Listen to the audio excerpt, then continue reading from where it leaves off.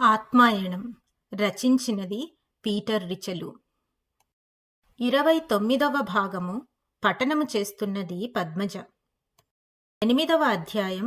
Astral భూమికలు, 2వ astral ప్రయాణం. Time గడిచే కొద్దీ, ఆ సంగీతం వినే కొద్దీ, ఆ సంగీతానికి చాపిన్ ప్రిల్యూడ్స్కి పోలికను గమనించాను. గుసగుసగా నా మిత్రుడిని అడిగాను, ఆయన ఎవరని. గుర్తుపట్టలేదా? అతనే చాపిన్. ఇప్పటికీ ఇంకా నాదం ద్వారా తనను తాను వ్యక్తీకరించుకుంటూనే ఉన్నాడు. బతికుండగా కూడా ఇలాగే చేస్తూ ఉండేవాడు కదా. కాసేపటికి నీకే అర్థమవుతుంది. అతను సున్నితంగా, నాజూగ్గా, బలహీనంగా కనబడుడు ఇక్కడ. ఎందుకంటే అతను భూమి మీద బ్రతుకున్నప్పుడు చాలా కష్టపడ్డాడు. అతని జీవిత కాలంలో చాలా భాగం అనారోగ్యంతోనే బ్రతికాడు. ఇప్పుడు ఆ పరిస్థితి లేదు. ఇక్కడ అతనిని అలసట అనేది బాధించదు. మరంత అద్భుతమైన సంగీతాన్ని ఇక్కడ సృష్టిస్తున్నాడు. ఒక్కొక్కసారి తన సంగీతాన్ని ఎవరైనా వినడానికి అనుమతిస్తుంటాడు. ఆ స్థాయిలో ఎప్పుడు చూసినా కచేరీలు జరుగుతూనే ఉంటాయి. అందువల్ల కచేరీలకి వెళ్ళడం ఇక్కడ కష్టమేమీ కాదు.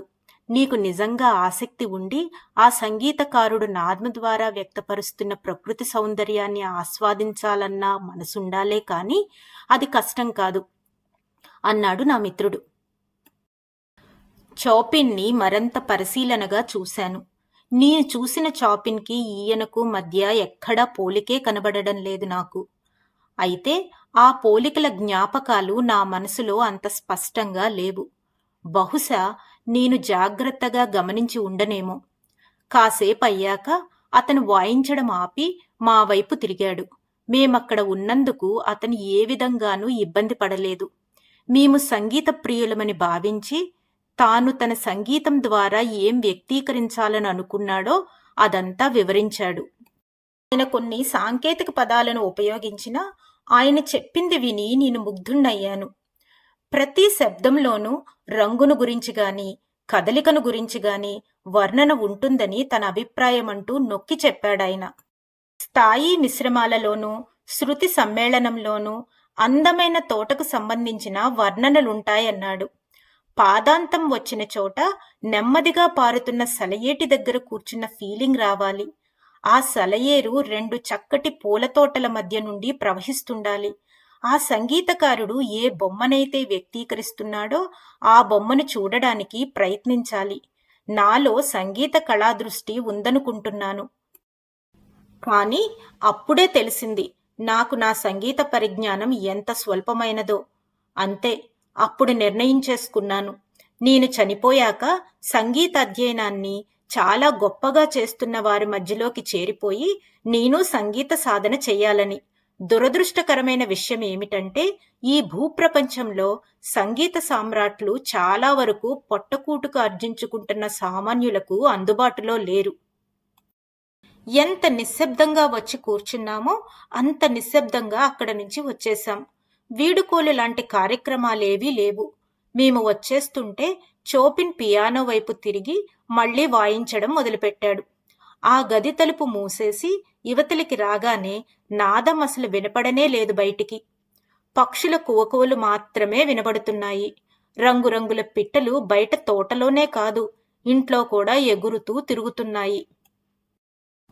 ఈ పెద్ద ఇల్లు ఈ ఆస్ట్రల్ స్థాయిలో ఉన్న గొప్ప ఆర్ట్ స్కూలల్లో ఒకటని, చనిపోయి ఇక్కడికి వచ్చిన వాళ్ళు తమకు ఆసక్తి ఉన్న కళను నేర్చుకుంటూ ఎక్కువ సమయాన్ని గడిపేస్తుంటారని, విద్య నేర్పేవాళ్లు ఇక్కడ దొరుకుతూనే ఉంటారని, నేర్చుకోవాలన్న ఆసక్తి ఉన్నవాళ్లకు నేర్పడానికి గొప్ప గొప్ప మాస్టర్స్ అందరూ సుముఖంగా ఉంటారని, అడ్డు ఆపు లేకుండా నేర్చుకునే అవకాశం కూడా ఉంటుందని, ఎందుకంటే అక్కడ రాత్రి పగలు అనేవి ఉండవని, అలసట అనేది తెలీదని నా మిత్రుడు చెప్పాడు. కాని ఎంత అవన్నీ లేకపోయినా రాత్రింబవళ్ళు, వారాల పాటు, నెలల పాటు, సంవత్సరాల పాటు ఈ విధంగా నేర్చుకోరేమో కదా అని అన్నాను. నేర్చుకుంటారు, చెప్పాను కదా. వాళ్లకు అలసటనేది ఉండదు. ఆసక్తిగా నిమగ్నమైపోయి నేర్చుకునేటప్పుడు కాలభారం వాళ్ల మీద పనిచేయదు.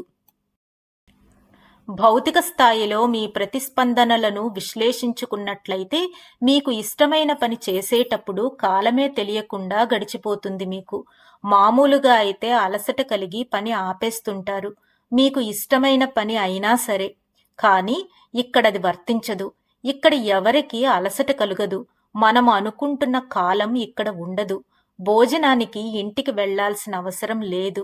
మీకోసం ఇంటి దగ్గర ఎదురుచూస్తూ ఏ భార్య ఉండదు. ఇంటి దగ్గర నిర్వర్తించాల్సిన బాధ్యతలంటూ ఏవీ ఉండవు. అసలటువంటి పరిమితులు ఈ ఆస్ట్రల్ స్థాయిలో ఉండనే ఉండవు. కనుక ఆ వ్యక్తి తాను కోరుకున్నట్లు పని చేయటము, విశ్రాంతి తీసుకోవటము చేస్తూనే ఉండవచ్చు. దానికి ఇంత టైము అంటూ కేటాయించుకోవలసిన అవసరం అంటూ లేదు అన్నాడు నా మిత్రుడు. అని చెప్పి తనకేదో పనుందని కాసేపు అలా వెళ్ళొస్తానని చాలా మర్యాదగా చెప్పాడు. నీకు ఎక్కడికెళ్లాలని ఉంటే అక్కడికి వెళ్ళు. నిన్ను ఎవ్వరూ ఆపరు. నీ ఇష్టమొచ్చిన గదులన్నీ తిరుగు. ఎక్కడా నీకు నిరాదరణే ఎదురవ్వదని నేను హామీ ఇస్తున్నాను. ఇటువంటి బిల్డింగులే ఇక్కడ ఇంకా ఉన్నాయి. ఇటువంటి చోట్లలో ఏం జరుగుతుందో నువ్వు ఇంకా ఇంకా తెలుసుకోవడం మంచిదే. నా పని అయిపోగానే వచ్చేస్తాను. ఒంటరిగా ఉంటే నీకు బోరు కొట్టదని అనుకుంటున్నాను అన్నాడు. ఇందాక బయట నుంచి వచ్చినప్పుడు ఇది 3 అంతస్తుల మేడ అని గమనించాను. కనీసం 3 అంతస్తులుంటాయి. కనుక నా మిత్రుడు చెప్పినట్లు కొంచెం తిరిగి చూడాలని నిర్ణయించుకున్నాను. మొదట క్రింద ఉన్న కొన్ని గదుల్లోకి వెళ్ళాను. ఒక గదిలో ఒక శిల్పి కొందరు శిష్యులతో ఉన్నాడు. శిల్పంలో పలానా వంపు ఎలా తీసుకురావచ్చో వాళ్లకు వివరిస్తున్నాడు. ఆయన చెప్పేది వింటూ కాసేపు నిలబడ్డాను. ఆ శిష్యుల్లో కొందరు మాట్లాడకుండానే నన్ను చూసి చిరునవ్వు నవ్వారు నేనక్కడ నిలబడి ఉంటే. నేనక్కడున్నందుకు వాళ్ళకి ఎటువంటి అభ్యంతరమూ లేదు. ఇంకో గదిలో 4 కూర్చొని ప్రాక్టీస్ చేస్తున్నారు. మరో గదిలో ఒక వైలిన్ వాయిద్యగాడు ఒంటరిగా కూర్చొని అదే స్వరాన్ని మళ్లీ మళ్లీ వాయిస్తున్నాడు. అతని ఎదురుగా సంగీత స్వరాలున్నాయి. నేను పోయినసారి ఇంగ్లండ్లోని రాయల్ సంగీత అకాడమీలో వెళ్ళినప్పుడు అక్కడి విద్యార్థులు టెన్షన్ పడిపోతూ ఉండడం చూశాను. అలాంటి టెన్షన్ ఇక్కడ ఏమీ కనబడడం లేదు. ఈ భవంతి నేను భూమి మీద చూసిన అకాడమీ లాగానే ఉంది. అన్ని రకాల కళారూపాలన్నీ ఇక్కడ అభ్యసిస్తున్నారు. ఇక్కడ వాళ్ళు చాలా సీరియస్గా నేర్చుకుంటున్నా టెన్షన్ మాత్రం లేదు. ఆ తర్వాత మేడ మీదకి వెళ్ళాను. అక్కడ నాకు కనిపించింది చూసి ఆశ్చర్యం, ఆనందం కూడా కలిగాయి. ఒక తలుపు తెరిచాను. భూమి మీదలాగా మూసి ఉన్న తలుపు గుండా లోపలికి పోవటం కాకుండా తలుపు తెరిచి లోపలికి వెళ్లవలసి ఉంటుందని గమనించి ఆసక్తి కలిగింది.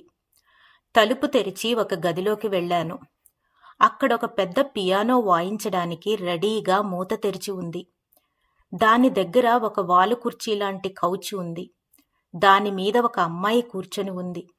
ఆమె చేతిలో సంగీతం రాసి ఉన్న కాగితం ముక్క ఒకటి ఉంది. దానిని ఆమె చదువుకుంటోంది. నేను ఆ గదిలోకి అడుగు పెట్టేసరికి తలెత్తి చూసింది. ఆమెను వెంటనే గుర్తుపట్టేశాను. ఆమె డాఫ్నీ హీలియర్. 1935 సంవత్సరంలో ఆమెను మొట్టమొదటిసారిగా ఒక గోల్ఫ్ క్లబ్లో కలిశాను. నాతో గోల్ఫ్ ఆడుతున్న వ్యక్తి ఆమెకు చాలా బాగా తెలిసినవాడు. అతనే మా ఇద్దరిని ఒకరికి ఒకరిని పరిచయం చేశాడు. మేమిద్దరం కొంచెం సేపట్లోనే మాటల్లో పడిపోయాం. నేను సెలవు పెట్టి వెళ్ళినప్పుడల్లా ఆమెను కలుస్తుండేవాడిని. మేమిద్దరం బాగా సన్నిహితులమయ్యాం. ఒకరి గురించి మరొకరికి బాగా తెలిసింది. ఆమెను ప్రేమిస్తున్నానేమోనని ఊహించుకున్నాను. అందుకే నన్ను పెళ్లి చేసుకుంటావా అని అడగాలని చాలాసార్లు అనుకున్నాను. కానీ అడగలేకపోయాను. అందుకు కారణం ఏంటంటే పెళ్లి చేసుకుని పోషించేంత డబ్బు నా దగ్గర లేదేమోనన్న ఫీలింగ్ నాకు. అంతేకాదు, భార్యను పోషించే బాధ్యత తీసుకోబోయే ముందు నా వృత్తిలో నేను అత్యున్నత స్థానానికి వెళ్లాలన్న కోరిక నాలో ఉంది. సిలోన్ అంటే శ్రీలంకకు వచ్చేశాను తిరిగి. 2 ఏళ్ల పాటు ఇద్దరము క్రమం తప్పకుండా ఉత్తరాలు రాసుకునేవాళ్లం. అంతలో ఆమెకు న్యూమోనియా అంటుకోవడం జరిగింది.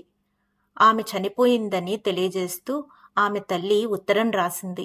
నేను చాలా బాధపడ్డాను. ఓదార్పుగా ఆ తల్లికి ఉత్తరం రాశాను. ఆ తరువాత ఇప్పుడిక్కడ డాఫ్నీని చూస్తున్నాను. నా కళ్ళ ఎదుట చాలా సజీవంగా ఉన్నట్లు, బ్రతికున్నప్పుడు ఎలా ఉందో ఇప్పుడు అలాగే ఉంది. కానీ అప్పటికన్నా ఇప్పుడు మరంత అందంగా ఉంది. ఆమె ముఖం ఆనందంతోనూ తృప్తితోనూ మెరిసిపోతోంది. ఆ ఆనందంలో కొంత నన్ను చూసినందుకే అని నాకు నేను గొప్పగా చెప్పుకున్నాను.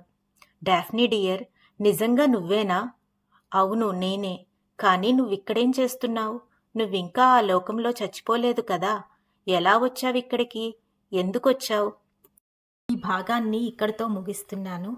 మరొక భాగంలో మళ్ళీ కలుద్దాం. అంతవరకు సెలవు.